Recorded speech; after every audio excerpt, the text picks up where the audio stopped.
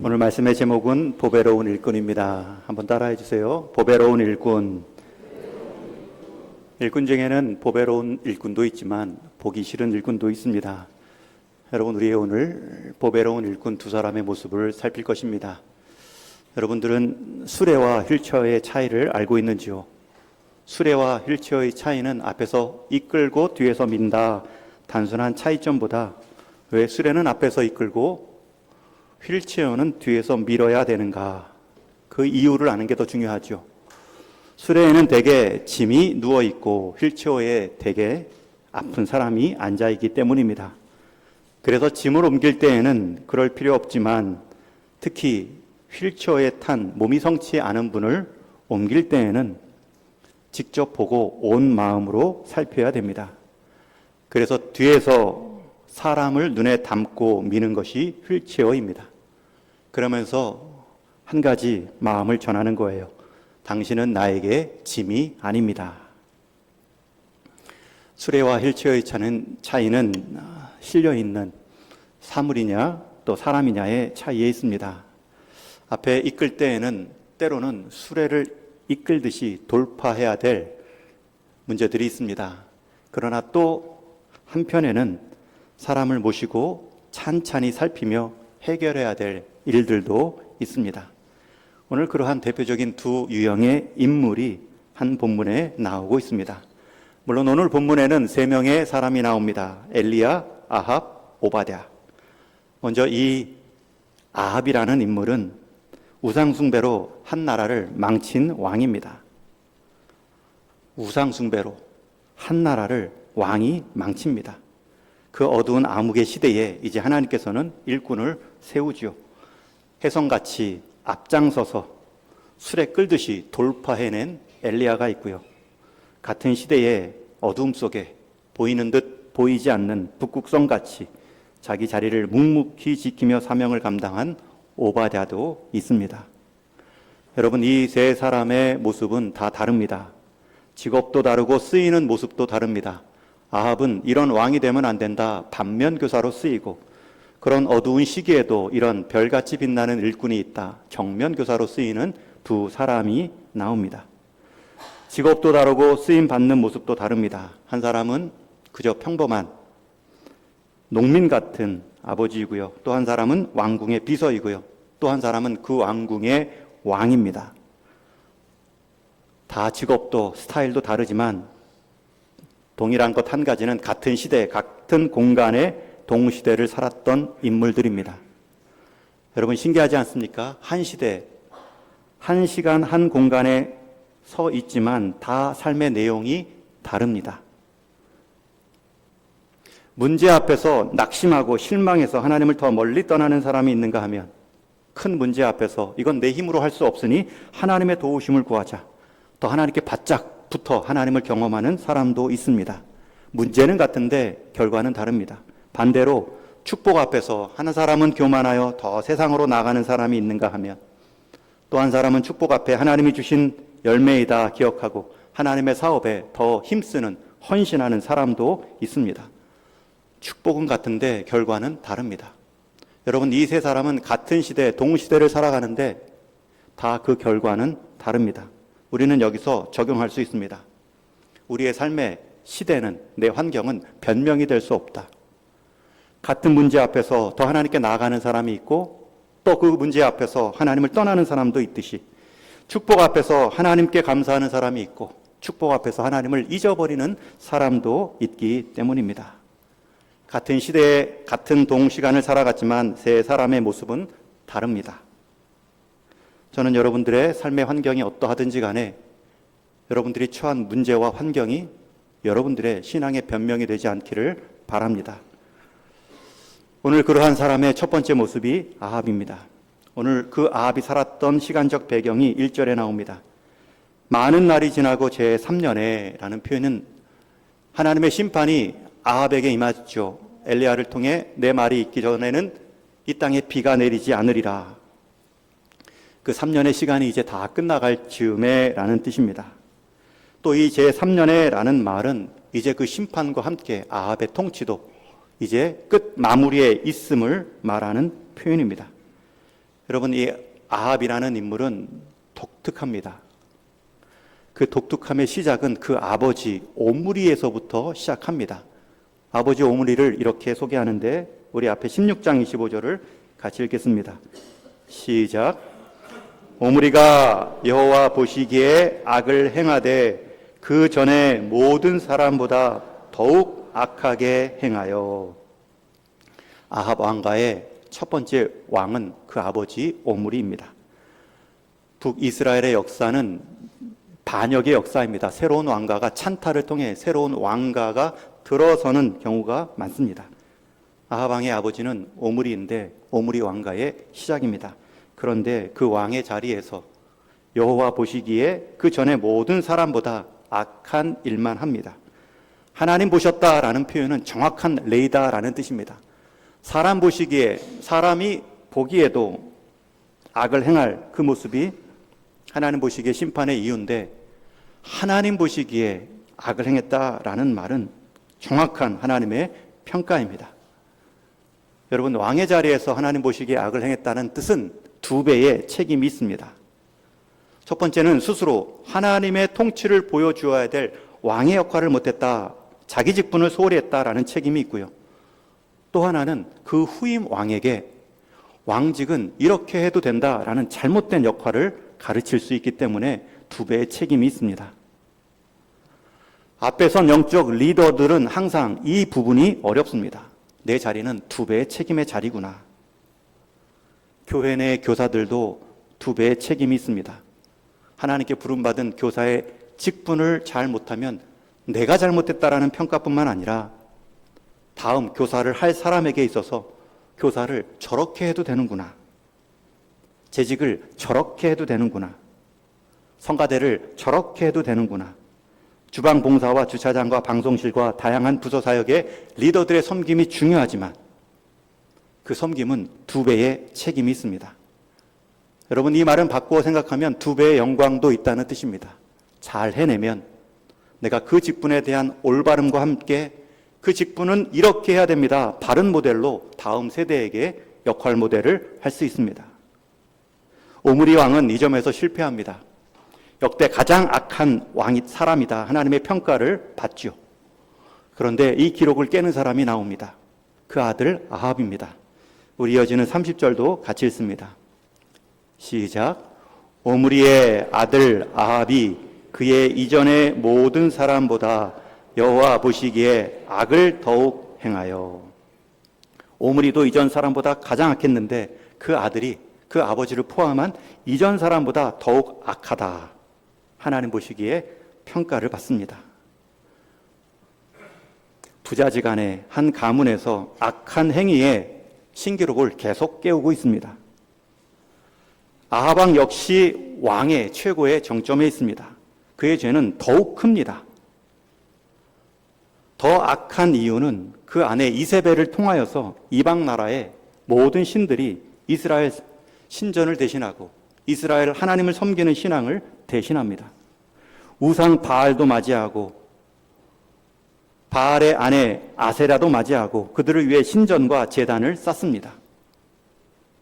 그 일을 이스라엘 왕 아합이 대를 이어 주도하고 있습니다. 그러자 그 모습을 성경은 이렇게 평가하지요. 우리 16장 33절 같이 읽습니다. 시작. 또 아세라 상을 만들었으니 그는 그 이전에 이스라엘의 모든 왕보다 심히 이스라엘 하나님 여호와를 노하시게 하였더라. 여러분, 여기서 조금 다른 표현이 나옵니다. 앞에서는 모든 사람보다 악했고 이번에는 그 이전에 이스라엘의 모든 왕보다 심히 하나님을 노하게 했다. 아합 왕은 오므리의 왕 아버지를 기록을 깹니다. 이관왕입니다. 모든 사람보다 악했고 모든 왕보다 하나님의 노를 격발시킵니다. 이 모습을 보며 또 깨닫습니다. 아합의 아버지 오므리는 두 가지 잘못한 게 아니라 세 가지 잘못을 했구나. 자기 왕직을 못한 잘못, 왕직의 잘못된 모범을 보인 잘못, 게다가 집안에서 잘못된 아버지의 모습으로 아들을 세운 잘못. 아합 왕은 가장 가까이서 아버지 오므리를 지켜봤습니다. 저렇게 왕직하는구나, 저렇게 아버지 되는구나. 여러분, 사기꾼 집안의 가장 큰 벌이 무엇입니까? 그 사기꾼 집안의 가장 큰 벌은 그 사기꾼 후손들이 더 사기꾼의 기질이 교묘해진다는 것입니다. 사기꾼 기질을 대물림 받을 뿐만 아니라 앞선 사기꾼이 잡히면 저런 사기 기술은 걸리니 더 교묘히 사기치자.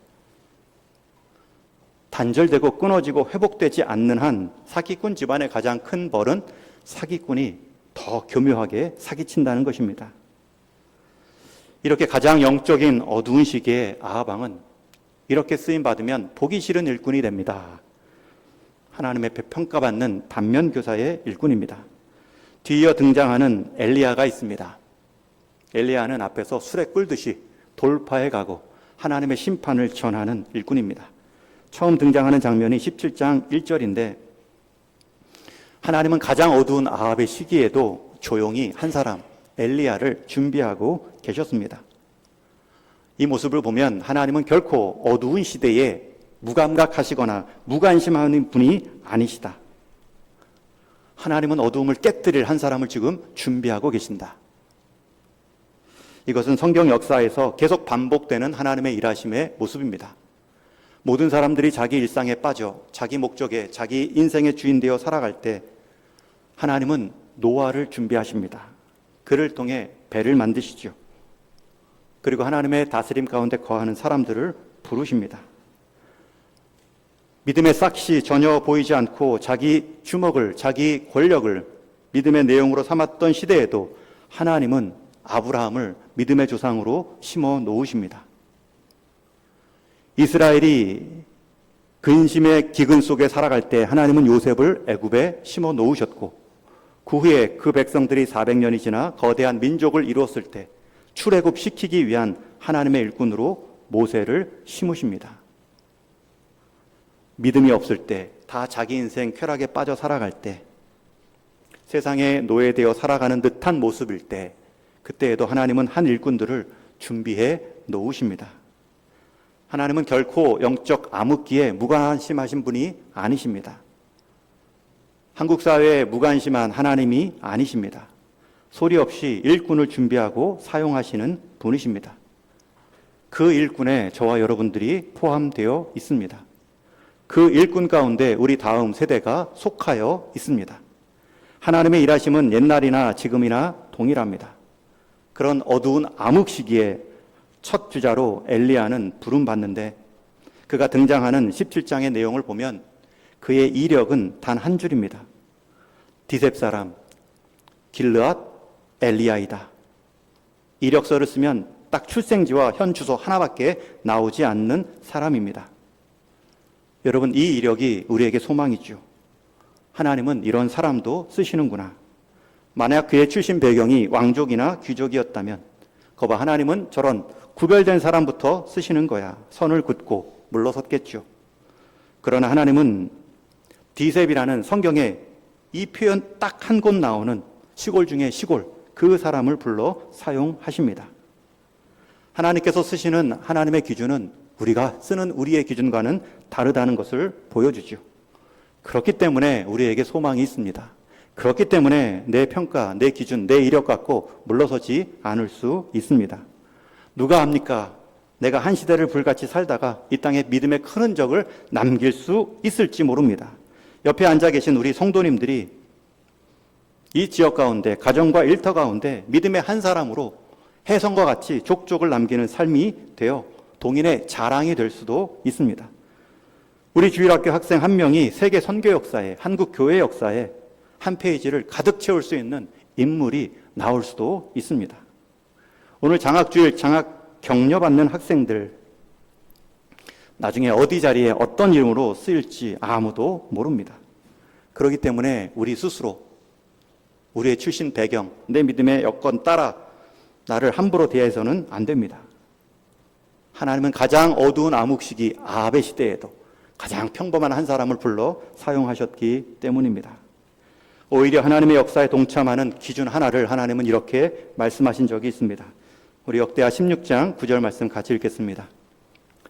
시작. 여호와의 눈은 온 땅을 두루 감찰하사 전심으로 자기에게 향하는 자를 위하여 능력을 베푸시나니. 여러분, 이것도 하나님의 말씀. 여호와의 눈은 온 땅을 두루 감찰하사 전심으로 자기를 향하는 자에게 능력을 베푸시나니. 하나님은 단 한 가지 이력 기준을 봅니다. 전심으로 나를 바라보고 있느냐. 여러분, 우리는 이 약속을 환호하며 받으셔야 됩니다. 능력을 베푸는 조건이 전심으로 하나님을 향하는 그 한 가지만을 요구하시기 때문입니다. 물론 이 마음도 쉬운 것이 아닙니다. 엘리야는 이 마음을 갖고 하나님의 부르신 가운데 아합 왕 앞에 서라 할 때 섭니다. 비록 그는 시골의 평범한 농부였을지 모르지만 그의 모습까지, 신앙의 내용까지 시골적 촌스럽지는 않습니다. 그가 처음 아합 왕 앞에 섰을 때 외치는 그 첫 마디가 무엇입니까? 나의 섬기는 이스라엘의 하나님 여호와의 살아계심을 믿고 내가 맹세하노니. 그의 첫 마디는 하나님의 어떠하심이었습니다. 그 첫 마디가 나올 수 있었던 것은 그 이전의 삶이 그 살아계신 하나님을 경험했기에 나올 수 있는 표현이죠. 하나님을 그 이전에도 전심으로 바라보았기 때문에 가장 필요할 때 그는 하나님의 살아계심을 선포할 수 있습니다. 여러분, 오늘 하나님을 전심으로 찾는 내 마음이 가장 암흑 시기에 나를 하나님께 세울 수 있는 시작입니다. 하나님은 그러한 사람을 두루 감찰하사 온 땅을 두루 다니시며 찾으신다. 여러분, 그런 이력이 쉽지 않다는 것입니다. 그런 조건이 쉬웠다면 하나님은 온 땅을 두루 감찰하다 세세히 살피지 않으셨겠죠. 여기도 있네, 저기도 있네. 우리는 이 전심으로 하나님을 향하는 마음 대신 세상의 스펙으로 하나님과 거래할 때가 있습니다. 엘리야는 하나님을 향한 마음으로 하나님 앞에서 하나님의 일을 감당합니다. 하나님의 살아계신만을 믿고 아합 왕 앞에 자기 생명을 걸고 뛰쳐나갑니다. 여러분, 모세가 쓰임 받을 때에도 40년의 궁중 생활을 하나님은 눈여겨보지 않으셨습니다. 오히려 광야 도망친 40년 생활에서도 그의 민족적 정체성을 잃지 않고 오히려 그의 고백, 히브리서 11장에 보면 모세는 장성하여 바로의 공주의 아들이라 칭함을 거절하고 도리어 하나님의 백성과 함께 고난받기를 더 좋아하고 하나님이 부르신 자기 정체성을 놓지 않는 그 마음을 보고 하나님은 그를 일꾼불로 사용하십니다. 이제는 저와 여러분 차례입니다. 엘리야와 같이 전면에서 쓰임받을 수도 있습니다. 엘리야와 같이 준비되지 않았지만 하나님이 쓰신다면 하나님을 향한 그 마음 하나 때문에 우리는 쓰임받을 수 있습니다. 여러분, 그 조건이 나쁘다고요? 그 환경이 어렵다고요? 아합 왕만큼 어려울까요? 내가 준비가 안 됐다고요? 엘리야만큼 준비가 안 됐을까요? 우리는 준비한다라는 핑계로 오히려 부름에 더딜 때가 많습니다. 그러나 하나님이 준비할 때 보는 한 가지 기준은 너 지금 나를 믿고 있느냐? 너 나를 지금 보는 그 마음을 끝까지 지켜낼 수 있느냐? 저는 우리 동일의 성도님들이 이러한 때로는 전면에 서서 엘리야와 같이 쓰임 받아야 할 때에 하나님을 전심으로 바라보는 그 믿음 가운데 쓰임 받는 보배로운 일꾼 되기를 주님의 이름으로 축원합니다. 그러나 또 한편에 또 한 명의 인물 오바댜가 있습니다. 이 오바댜는 성경에서 오늘 본문 딱 한 번 등장하는 사람입니다. 그러나 제가 눈여겨보고 제가 귀하게 여기는 인물상입니다. 구약 성경 뒤에 나오는 오바댜 선지자와는 다른 인물입니다. 그는 아합 왕의 왕궁의 국내 대신입니다. 오늘날로 말하면 청와대에서 일하는 대통령실에서 일하는 고급 공무원입니다. 가장 악한 왕의 대명사인 아합 왕과 한 생활 공간을 공유하는 사람입니다. 그런 사람이라면 여러분들 우리의 이미지상으로는 어떤 평가가 가능할까요? 아합 왕이 주는 권력과 그 풍요로움 가운데 취하여 살아갔을 오바댜가 떠오릅니다. 그러나 3절 말씀에서는 오바댜는 크게 여호와를 경외하는 자라. 이 말을 오늘말로 다시 바꿔 표현하면 그는 하나님을 섬기는 자였대, 확실히 섬기는 자였다. 오바다가 활동하던 시기 북이스라엘 아합 왕, 그 안에 이세벨의 가장 우상 숭배가 심했던 암흑기입니다. 그런데 그런 그와 같은 생활 공간에서 오바다는 크게 여호와를 경외하는 자라. 심지어 이세벨이 하나님의 선지자들을 죽일 때에 이 오바다는 자기 목숨을 걸고 하나님의 선지자 100명을 둘로 나누어 50명씩 굴에 숨기고 떡과 물을 공급하며 살려내었습니다. 그러다 이제 오늘 본문에 보면 엘리야를 처음 만납니다. 아합 왕과 물을 찾으러 가뭄의 시기 가운데 물과 풀을 찾아 나섰다가 엘리야를 만나 엘리야가 말하죠. 가서 내가 너를 아합 왕에게 보이겠다. 가서 오바다를 중간 다리 삼아 전하라고 합니다. 그때 엘리야를 만난 오바다는 두려움 가운데 그를 선생, 스승으로 부르면서 당신이 그렇게 말했고 당신이 그렇게 말한 후에 하나님의 영에 이끌러 다른 곳으로 가면 나는 죽임 당합니다. 여러분, 오바다의 성정, 그 마음을 알 수 있는 표현이죠. 오바다는 인간적인 두려움이 없던 사람이 아닙니다. 그러나 결국 그 순종의 길을 따르죠. 어떻게 오바다는 그 가장 악한 아합의 시대 가운데 그와 함께 살면서 하나님을 크게 경외한 자로 남을 수 있었을까? 오바다는 엘리야처럼 아합 왕 앞에 선포하지도 않고요. 이방 선지자들 850명과 1대 850으로 맞서지도 않습니다. 악을 행했던 이세벨을 향하여 정면 대결을 벌이지도 않았습니다. 오히려 엘리야처럼 정면 승부를 거쳐 선전포고하고 한판 크게 벌였으면 좀 더 근사했을지도 모릅니다. 그러나 오바다는 위험에 처한 선지자들을 조용히 숨겨주는 것으로 자기 역할을 다합니다. 엘리야가 하나님께 부름받아 하나님의 말씀을 전한 선지자의 역할이었다면 오바다는 조용히 그런 선지자 100명을 뒤에서 살려냅니다. 엘리야도 쉬운 일이 아니지만 오바다도 쉬운 일이 아닙니다. 엘리야도 목숨 걸고 사명 감당했다면 오바다도 목숨 걸고 자리 지킨 것입니다. 오바다는 주어진 일을 감당하면서 나는 왜 엘리야처럼 당당하게 앞서 나가지 못할까 자책하지 않았을 것입니다. 오히려 저 확신에 찬 선지자의 신앙 행동 엘리야를 부러워하기보다는 그런 일들이 끊어지지 않도록 그러한 선지자들을 조용히 지켜내자. 자기 부르심에 최선을 다했겠죠. 여러분, 누가 더 큰 일을 행했을까요? 하나님께서는 사람을 통해 자신의 일을 이루실 때 그가 처한 환경, 그 사람의 기질, 그에게 주신 달란트에 따라 다양하게 일하십니다. 아마도 하나님의 사람 일꾼만큼 하나님의 일하심의 방법은 다양할 것입니다. 그러니 한 사람 모델만을 보고 그 사람 닮지 못했다 평가할 것이 아니라 또 그 사람은 왜 나와 같이 일하지 못하는가 비판할 것이 아니라 하나님이 그 사람을 통해 일하실 보배로움 무엇인가 그것을 발견하고 서로 격려해주는 즐거움이 있습니다. 엘리야처럼 전면에 나서 한 시대를 밝힌 혜성과 같은 사람들이 때로 필요합니다. 돌파해낼 때에는 수레를 끌고 나가듯 무소같이 일할 때가 있습니다.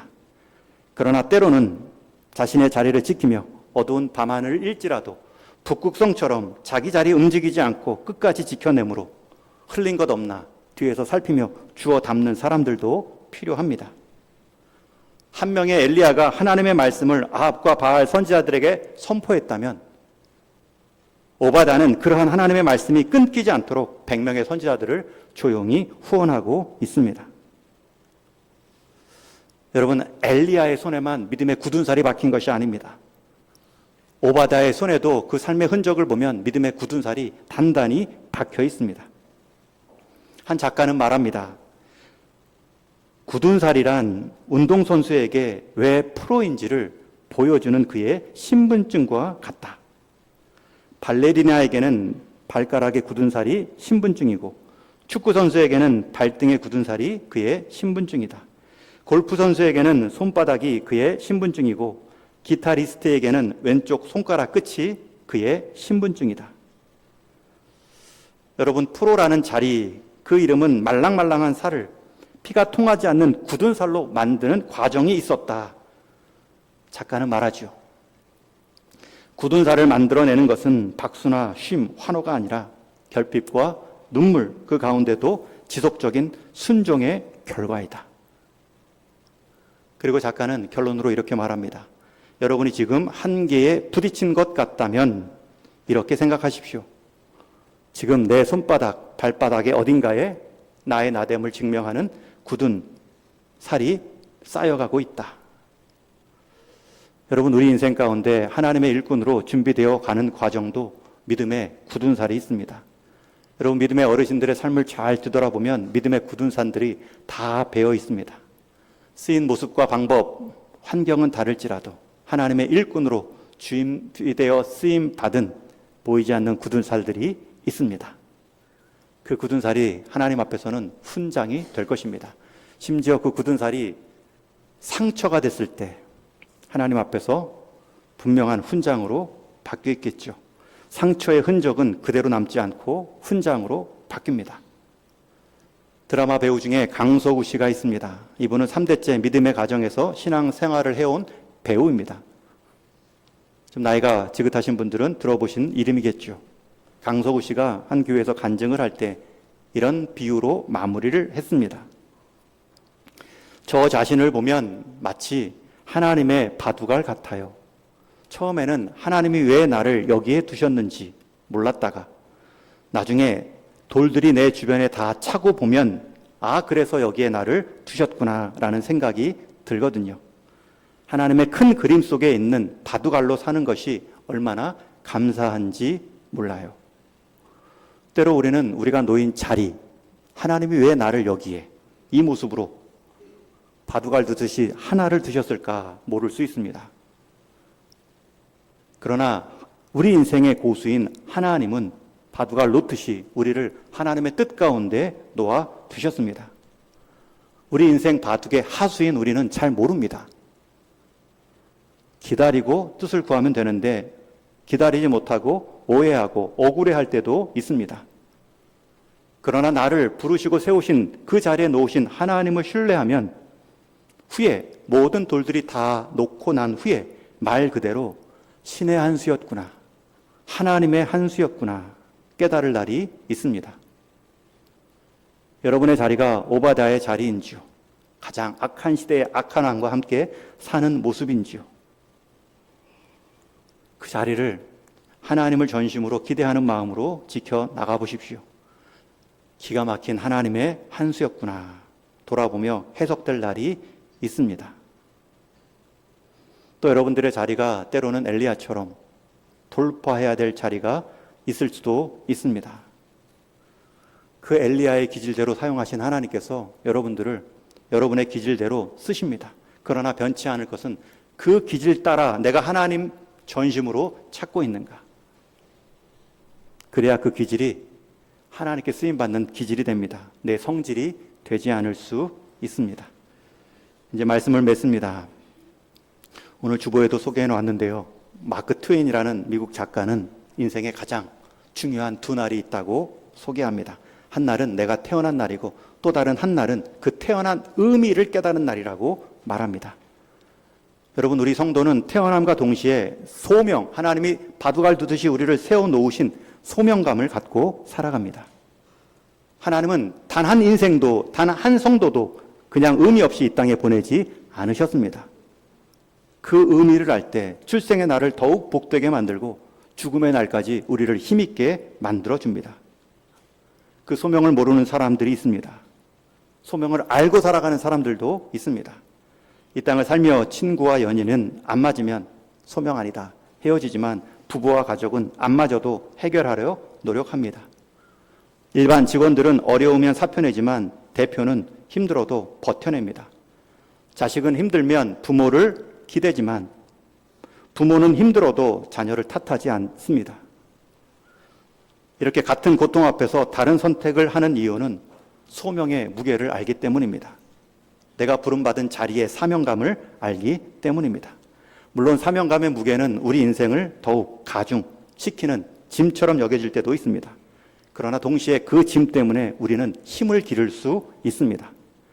다 떠나고 포기하고 싶어도 나를 믿고 있는 사람들을 위해 다시 버티고 이길 때 우리는 힘을 얻습니다.